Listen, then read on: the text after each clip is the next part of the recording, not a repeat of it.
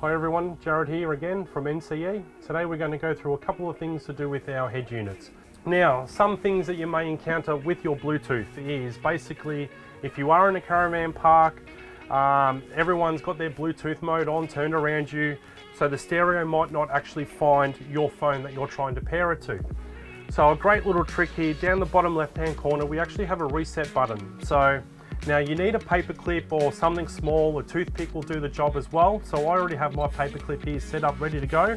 And what I'm going to do is I'm going to push it into this little hole. There's a little button inside there, I'm going to push it down, I'm going to hold it for 10 seconds. So after 10 seconds, basically remove the paper clip out of it. Then we're going to turn our power button on.